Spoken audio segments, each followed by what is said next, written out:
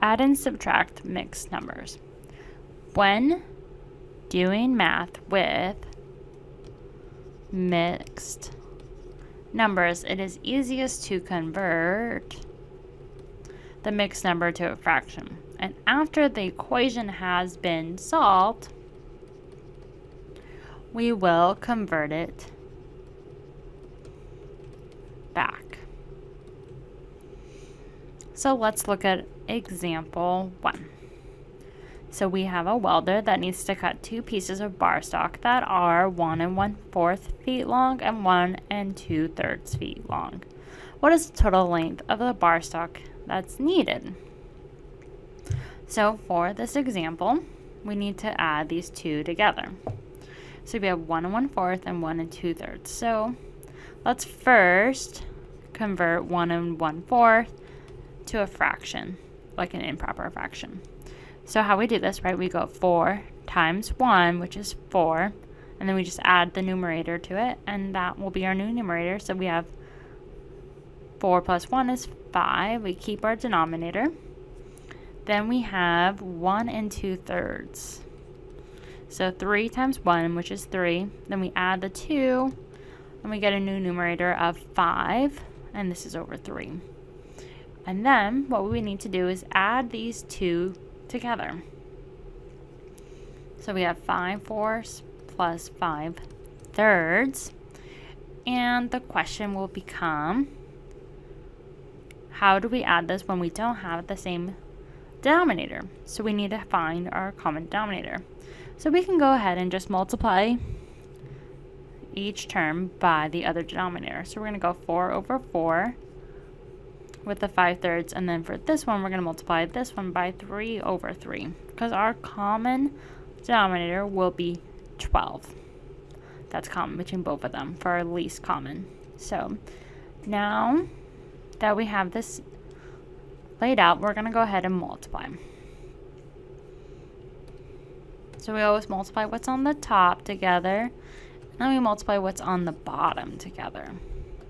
So 3 times 5 is 15, which is then over 12 because 3 times 4 is 12, plus 5 times 4 is 20, and this is over 12. And then we can go now and finally add because we have the same common denominator. So we have 15 plus 20, which is equal to 35, and this is over 12. Then we need to convert 35 over 12 into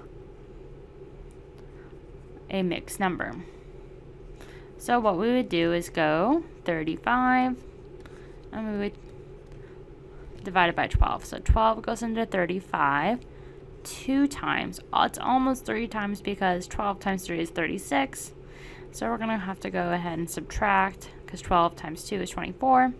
5 minus 4 is 1. 3 minus 2 is 1. So now we have a new remainder for the numerators, which is right here, this 11. So now our number then becomes 2 because this is our whole number. And then we have the remainder, which is our new numerator, and we're going to keep our denominator. So 2 and 11 over 12 is our new solution. Now let's do another problem. Example 2. If a welder has 3 1/6 feet long of bar stock, then how much is left over when he cuts off 2 pieces he needs from the first example, the 1 1/4 and the 1 2/3 foot long pieces? We're going to disregard the curve.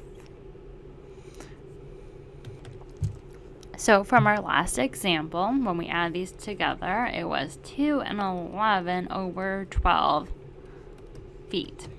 Now we need to go ahead and take this and say we have 3 1/6, and we need to go ahead and subtract this 2 and 11 over 12 and see how much we have left over. So when we do this, we're going to have to convert it back.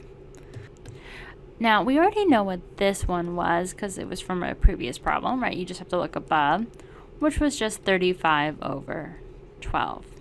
But we do need to do this one and change it back to an improper fraction. So 6 times 3 is 18 plus 1 is 19, so that's our new numerator, and then it's over 6. Then we have minus 35 over 12. Now, how do we get to a common denominator? So we see this is 6 and this is 12. 6 can just become 12 by multiplying it by 2. So we just go ahead and multiply the top and the bottom by 2 on the first number. And then we would get 2 times 19, which is 38, over 12. And then we're going to go ahead and subtract this 35 over 12. And now we have a problem we can do because we have a common denominator. So 38 minus 35 is just 3. And then we keep our denominator, which is 12. Now we see 3 over 12. Well, 3 has a factor of 3, and then 12 also has a factor of 3. So we can just divide out a whole factor of 3 on the top and the bottom. So then we get 1 over 4 as our final solution. So that's what's left over. Now let's look at another example. Example 3.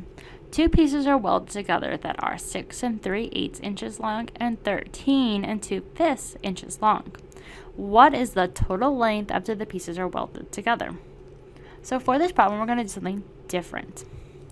We're going to, step 1, add just the whole numbers together. And then step 2, we're going to add the fractions together, rather than making them improper in fractions and then adding them together.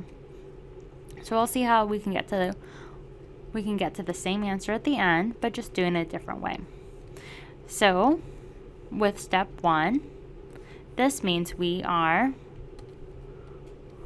this is step 1, we're looking at 6 and 13. We're going to add 6 plus 13.